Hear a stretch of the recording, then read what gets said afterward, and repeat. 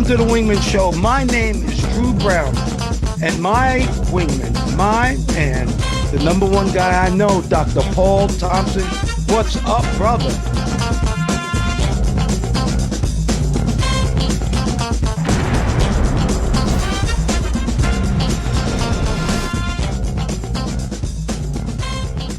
Welcome to the Wingman Show.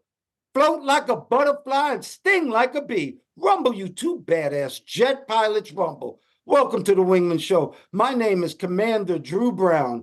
My wingman, my friend, my main man is Dr. Paul Thompson. Hello, Brother Paul. How are you today? Hello, Commander Drew Brown. It's good to see you. How have you been? I've been great. I really have been great. I've just got back off this cruise, Dr. Paul, and let's start the show off with a quote. Don't postpone loving yourself. That's by Agape Stassinopoulos. Don't postpone loving yourself. And Paul, I always say, give yourself the soft pillow. I am now my own best friend. How about you, Paul? Yeah, you have to be. Sometimes we're hypercritical, and we need to be hypercritical at times. But don't beat yourself up forever, because you can always go back. I could have done this in the past. I could have done that in the past. And you're right, you could have done that in the past. Sometimes I struggle with this too. But the fact is that I can't go back to the past. Well, Dr. Paul, you can't do anything about the past. You can't do much about the future, but you can do everything about the present right now. I Dr. agree. Paul, I just came back from the Mediterranean. I took a Virgin Voyage, and we had two shows on the Virgin Voyage. I took a Virgin Voyage to Spain, to Barcelona. 15 days on the ocean, Dr. Paul. That's better than 9 months like we used to do.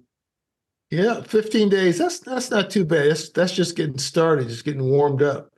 Did you have to stand any watches or fly at night? Did you have to No, the only try thing, to get aboard the Virgin cruise ship at night in a pitching deck and bad weather? none of that all we Okay. did was have fun. It was the best cruise I've ever been on. And let me just tell you what, I like cruise life now.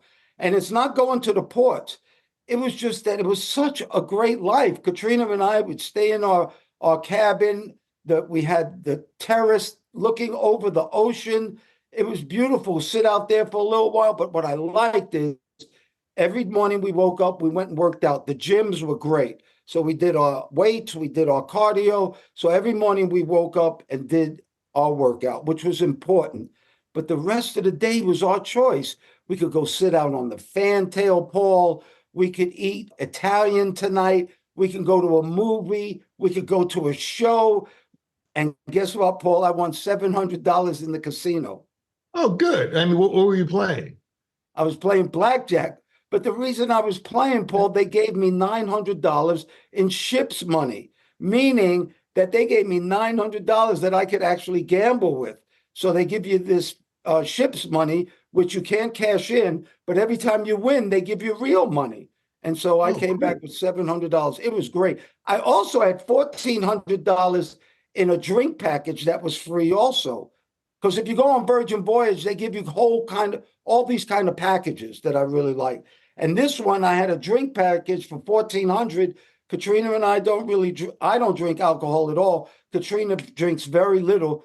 So we were drinking specialty coffees, and you'll love this, Paula. I was drinking $7 kombuchas and $10 fresh juices, and I still couldn't use up all my money.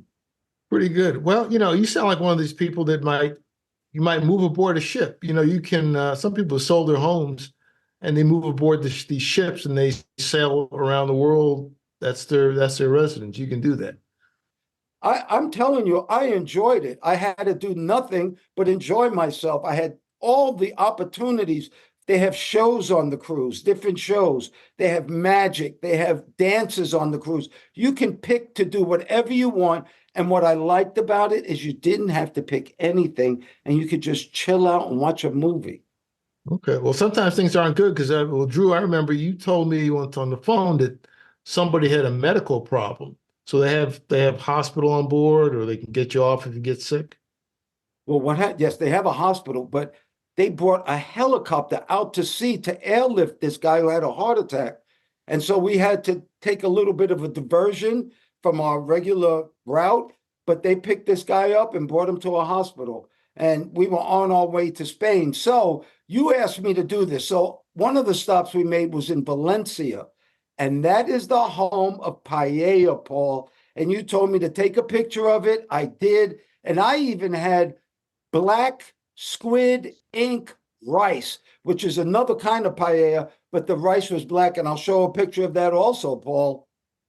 Well, you did better than me because I had some paella too. And my wife brought home from her nearest my sister-in-law's house, and on a scale of 1 to 10, it was about a 0.2. Oh no. So I'm sorry, but up there maybe it's the greatest thing. It's like, how much did you pay for it? Way too much. Well, I'm going to show you actually a check that we had a whole seafood dinner, and it was $55. It was $120 here in any place in America. And the check was, I think, $55. It was incredible, Paul. Wow. Well, good for you. So then we leave Valencia on our way to Barcelona. Here's some interesting facts, Paul. In Barcelona, I do Duolingo, so I'm trying to learn Hebrew and I'm trying to learn Spanish. So there's this little thing called Duolingo, and every day I learn a little bit of each language. Speak Castilian, which is almost a completely different language. And I didn't know this, but Republicans and Democrats in America, well, there's Castilians and Spaniards in Spain. And the Castilians swear they are the beginning of Spain. That's the real language. And there's a little animosity. Isn't that funny? Oh, really? It could be like French, like Canadian French and French. They're different. That's what I found. And they do have some well, they've got some internal animosity, and one wants to break away. But they get some of that in Spain too. They have like a breakaway area that, they want to have their own thing. Yes, that's the Castilians. They make 30% of the income for the entire country and only get like 2 or 3% of the benefits. So they're not happy at all. If you're not a Spaniard or a Castilian, you really don't see that. So what you do see though in Barcelona, what a city. And I'll show pictures for everybody who's watching us on YouTube or Instagram or TikTok. Anyway, Barcelona, it's New York City, Paul. I got on a hop on, hop off bus. That's how we like to travel around the cities to see all places. This was New York City tourism. There were so many people there. It was a tourist mecca, Paul. The infrastructure of Barcelona was beautiful. And we went to see some great architecture too, Paul. Wow. I remember the last time I was there was not scheduled, but it was a very, very, very pretty place. I was just there for a day, and it changed from when I was there like 40 years ago, or 40 years before, or more than 40 years before. Yeah, it's a nice place. Great airport too. Great airport, and it is such a clean city. Now, I will tell you, the hop on, hop off, even though we did the entire city, they didn't take us to the slums. And I did see that there are some slums in Barcelona, but believe me, the tourists don't get to see that. So anyway, we went to, have you ever heard of the architect Gaudi? No, I have not. Oh my goodness, this guy was way, way past his time. So we went to see Gaudi's house, and I'll show pictures of that also.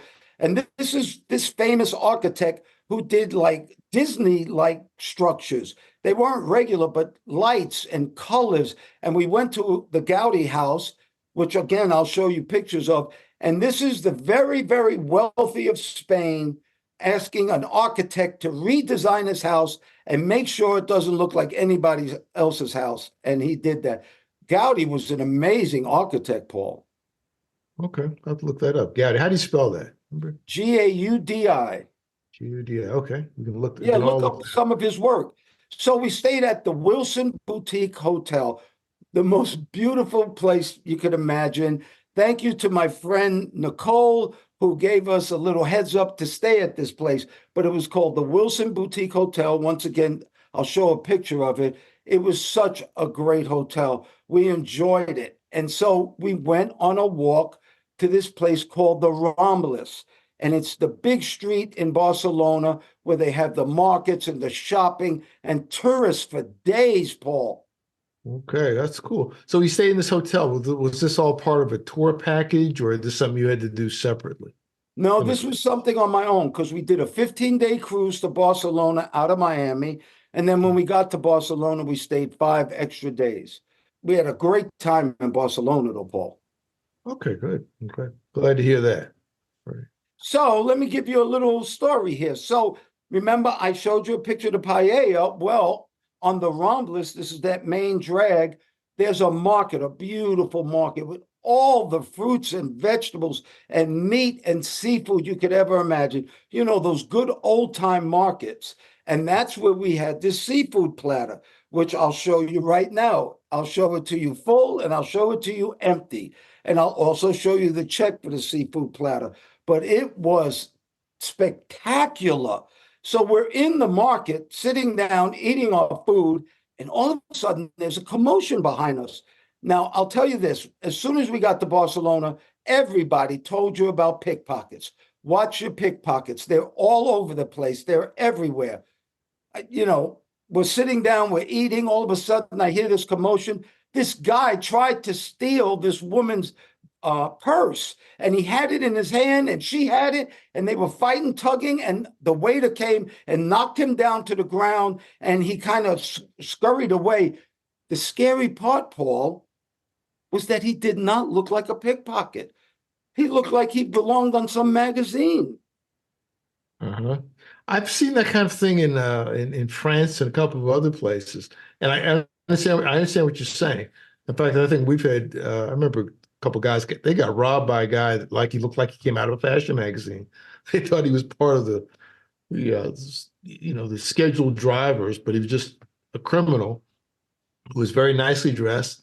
Instead of picking up bags and putting them in the vehicle to go, he picked up the bags and just kept going. So I understand exactly what you're saying. Some pickpockets in Europe are very, very good. That's one thing I never really experienced in New York City, I'll say.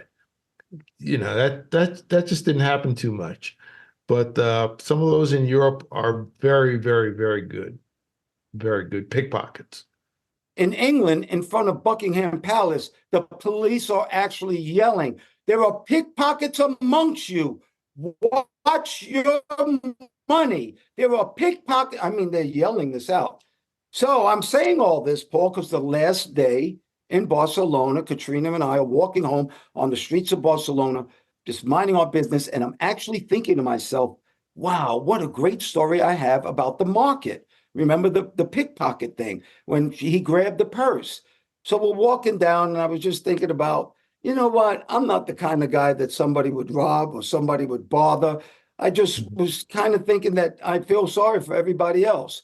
So I'm walking down the street, Paul, and I didn't tell you this in the beginning of the show, and I told you I wasn't going to tell you. I'm walking down the street with Katrina, and these two guys on those, those cycles, the motor, not they're motorized, but they're a single scooter. Like a mopeds, I call mopeds. Yes, Yeah, but the yeah, yeah, yeah. yes, a moped, but very, electrically driven, just like Right. regular little scooters. Anyway, these two guys approached me, and one guy is a teenager, and I swear he looked like somebody that I used to speak to when I was talking to kids about education and drugs my whole life. And I looked at him, and he looked at me, and I almost wondered, did he want to ask me something? Paul, this son of a bitch grabbed my chain right here and damn near pulled my neck off. This chain Really? right here, as hard as Really? he could. If he didn't let go, thank God this is a badass chain. If he didn't let go, he would have fell off his scooter and I would have killed him. But he let go and he ran away, and I'm running after him yelling, "Policia, policia." Paul, he tried to rip this chain off my neck. And if it wasn't big, he would have got it. I even had a mark on my neck. I told Katrina to take a picture of it, but it wasn't big enough to show. Okay. Oh, well, Paul, I'm glad you survived that. So Drew Brown was the victim of a mugging. You were mugged. I was mugged. And you know what I felt? And first of all, the rage in me was just extreme because I couldn't catch them and they were gone. But a couple of things. Why me? Why are you doing this to me? Then the next thing I thought about, what if he got the chain? And I went all the way down emotionally, but I used my brain. He didn't get the chain, so forget about that. But what Right. I did feel for the next couple of days, Paul, I felt violated. I really felt violated. But I got to put a good spin on it. Is the glass half empty or is the glass half full? Well, with Right. Druism, it depends how thirsty you are. And I was so hydrated from this trip and I had such a good time. I didn't let this bring me down. So what did I learn? You will not see Drew Brown or Katrina Brown or anybody I know internationally wearing jewelry anymore. I just will not wear jewelry on any trips like that again. And that's what I learned from that. How Yeah. about that? Also, that's a good rule for the subways too. Just in general, just about everywhere, maybe except Singapore and Japan. But yeah, that could be a headline news. Drew Brown mugged in Spain. I can see that on Yes, the and New York Post. yes, and our newsletter this week, Paul, will be how to travel internationally and not get robbed. How about that? So that'll be Okay, a that's great good. newsletter we'll have.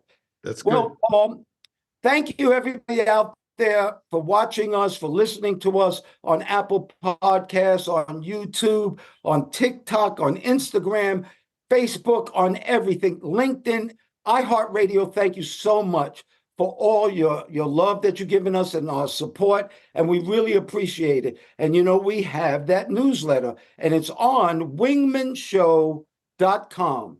That newsletter that we're going to have this week will be on wingmanshow.com.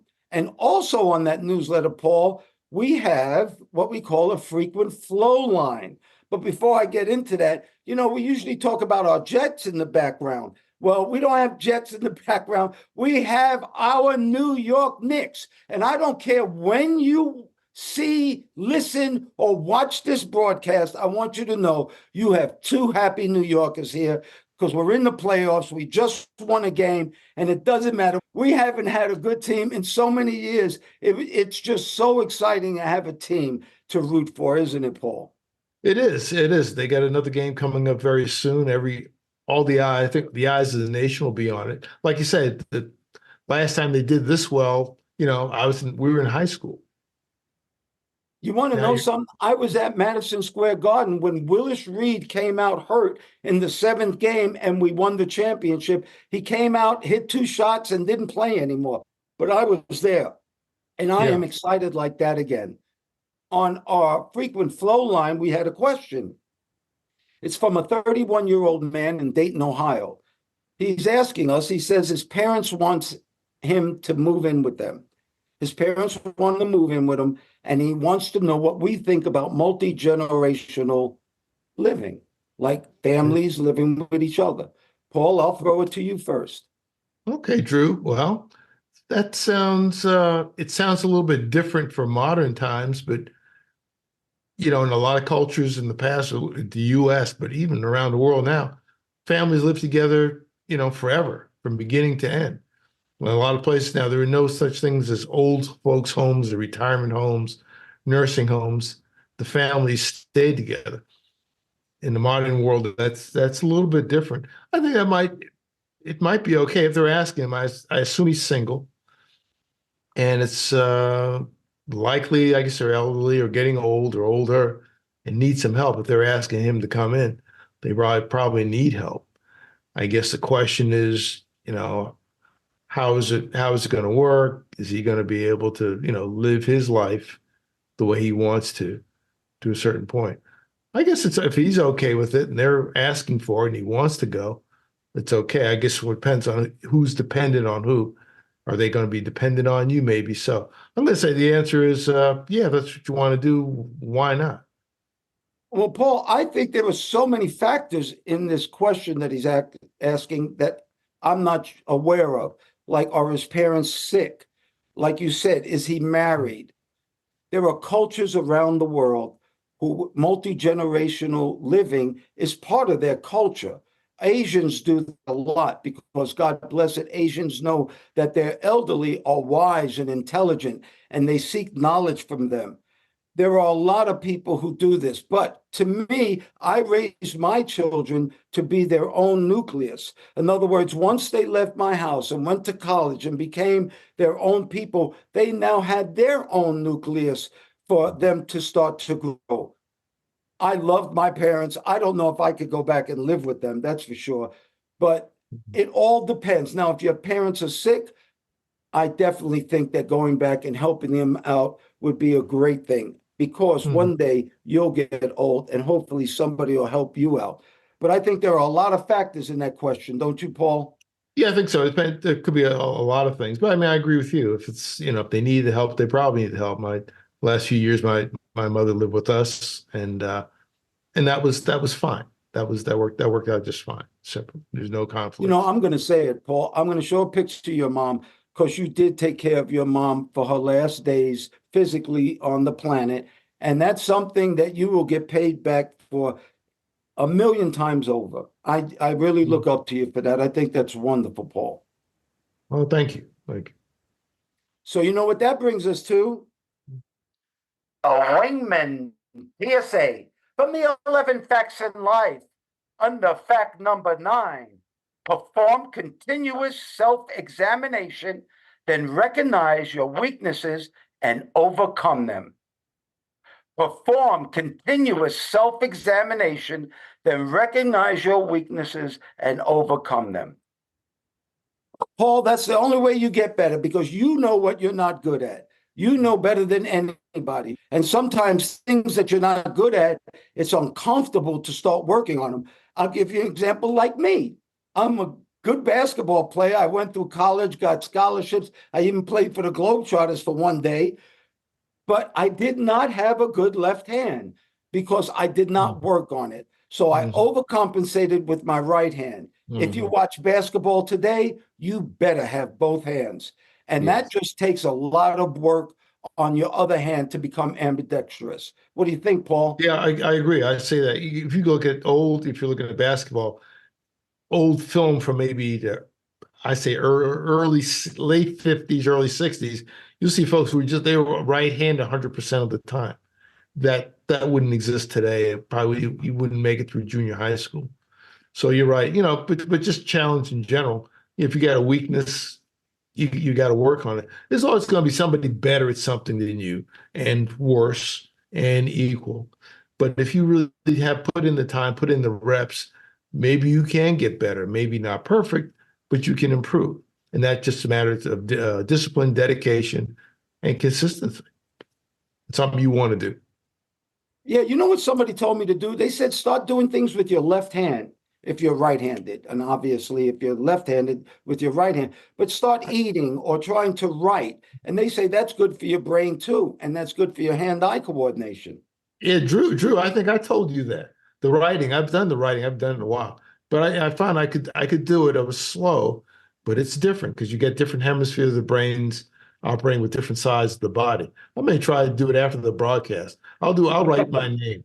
Nothing, I'm not writing the Declaration of Independence. I'm doing like my name, maybe first name and the last name across a line, two, three, 4 or 5 times on a yellow pad. Give it a try. Give it a try. Doesn't have to be good. It doesn't have to be, I'm trying to get other people to do it. Oh, but I'm not good. You're not supposed to be good. The point is the exercise. It's not an art contest. But give it a try. Everybody should try. Everybody watch this. Try to write your first name with your left hand, your opposite hand. If you're right-handed, do it left-handed. Go across the page, do like 5 times. See if you can do it. And then do it again and look at the difference. That's good. And start eating with your left hand if you're right-handed. Hadn't thought of that. Yeah, Okay. because especially if you can work chopsticks.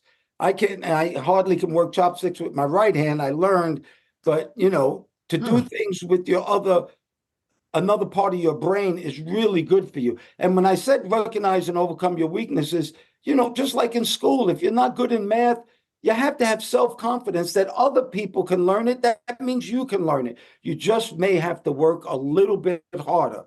Hard work never hurt anybody and always, always gives you results. Dr. Paul, we have a Wingman show, and that means every week we have a Wingman. And boy, do you have a Wingman for us this week, Dr. Paul. Hit it. Okay, Commander Drew, here's our wingman. And I guess the message is that sometimes in life, even past champions may have future challenges that they have to overcome. Our wingman this week is someone that may be known to some of our viewers, probably unknown to most. It comes from the sports world. His name is Mark Coleman, Mark the Hammer Coleman. Mark Coleman was a former UFC champion. I think he was the first heavyweight UFC champion. UFC stands for Ultimate Fighting Championships, and not to get too deep into the weeds on it, he was a champion in wrestling primarily, and he brought that skill to what they call mixed martial arts, which is a combination of boxing, different fighting styles, boxing, jiu-jitsu, wrestling, and Muay Thai kickboxing primarily, and maybe some other things. Long story short, he's not a young man, but he was distinguished himself at Ohio State, and he saw the UFC, saw these the beginning UFCs, which were really, really, really rougher than they are now. It's rough, period, but rougher. And he saw the first one, and basically said, "Hey, I want to do that." Long story short, he gets in, he beats a bunch of big name people right away, makes a name for himself, does other things, and he's he retires from that, and he's younger than us, but by about a decade or less. So he's 60. Long story short, he was home visiting his parents not long ago, and he was sleeping in his childhood room, and he hears this big thud under the floor, and it's in the middle of the night. It's his dog. He had a big dog, and the dog slept under his bed. Apparently a new dog. The dog has a thud. It kind of wakes him up, but he notices he smells something, and he notices like clouds floating around. So he gets up and wonders what happened. He grabs a doorknob and he burns his hand. Long story short, the house is on fire. Mm. The dog woke him up. He's in there with his elderly parents, and the first thing he does, he needs to get him out of the house. He gets to the room, he calls for them, doesn't hear anything, calls again, gets them up, gets them out of the house. The mother is holding on to the father, and he's leading them out, gets outside. He's got his father. His mother's not there. She got lost in the house. He said, it's night, lights aren't working, thick smoke, goes in, not sure where she is. He goes back in, gets her out, finds her. He wants to go in and get his dog, goes back in, can't find the dog, comes out to breathe. Said, and he's basically, it sounds like he's losing consciousness. He goes back and gets the dog, can't get the dog. By the time he comes outside, the place is in a total blaze, and he's kind of passing out. Long story short, his parents survived. He ends up going to the hospital. He's in such bad shape, so much smoke inhalation, that he was in a coma for 2 days. He wakes up, thankfully, out of the coma, and there's video on it. And he said, "I'm the luckiest man in the world." So here's this big, powerful, very powerfully built person. He's not a small person with championships and this but with smoke inhalation, he was reduced to almost not being on this earth. He was very lucky to survive. Unfortunately, his dog did not survive. The dog didn't burn up. The dog died of smoke inhalation. He said it was the first dog he'd ever had in his life. And it was helping him in his recovery from alcoholism, actually, which is kind of a parallel story. And that hurt him badly. The dog was called Hammer, because that was his name, Mark the Hammer Coleman, because he actually came up with the phrase ground and pound. Is when you get your opponent on the ground, you basically pound the bejesus out of him. But the lesson here is that he survived, a story of survival. The house was totally destroyed in this small town. It's outside of Toledo. I think it's outside of Toledo, Ohio. But there's a lesson here, because he had an interview with the fire chief, because they want to, promote fire safety. And the fire chief asked him, "What about the smoke alarms? Were there smoke alarms in the house?"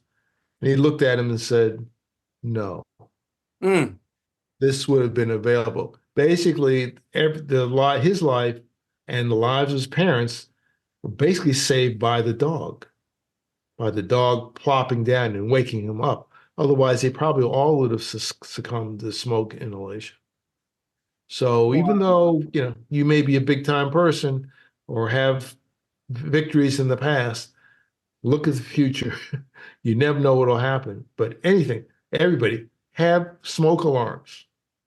They're Well, I was affordable. going to do this for you, Paul. Let's do this for the people. Here is an immediate public service announcement. If you have smoke alarms, make sure the batteries work. If you don't have smoke alarms, get them now. And don't wear your jewelry overseas. That is a Wingman PSA. Yes. Fire and smoke can overcome all of us, those who are ever average and those who are famous. Well, Paul, that was a great story, and I'm sorry that the real hero physically passed away, the dog. What a great story that was, Paul. Well, Paul, for you and all the listeners out there, whatever you think is important and whatever you think is beautiful, and Paul, whatever makes you happy, may you have that today and forever. I pray for peace. I pray for peace too. And Drew, it's good to see you again. Glad you had a great cruise. And we appreciate all those who listen, like, and share the message. Please give us a like if you're watching on YouTube. It helps with the algorithm. Consider subscribing that way and hit the bell icon. That way you'll get a notification when a new episode comes out. And get those smoke alarms. Thank you once again, Dr. Paul Thompson, my friend. Thank you for your love, your time, and that's something that we won't ever get back. I want to thank all the listeners, too. Thank you so much for doing the show, Dr. Paul. We're jamming. Well, thank you, Mr. Drew, for inviting me on. Always good to talk to you. And ladies and gentlemen, please remember to like, share, and subscribe to this podcast or any of the podcasts. If you're looking at YouTube, they say smash the like button. Don't smash it. Just press it gently and use as a link to all your friends. You can also look at us on our website, wingmenshow.com, WINGMEN show, SHOW.com, altogether, wingmenshow.com. And we hope to see you in the future. Thanks again, Mr. Drew. Oh, you're welcome. And we're still floating like butterflies and stinging like bees. Rumble, you badass jet pilots, rumble. May there be peace on earth, and goodwill towards all men and women.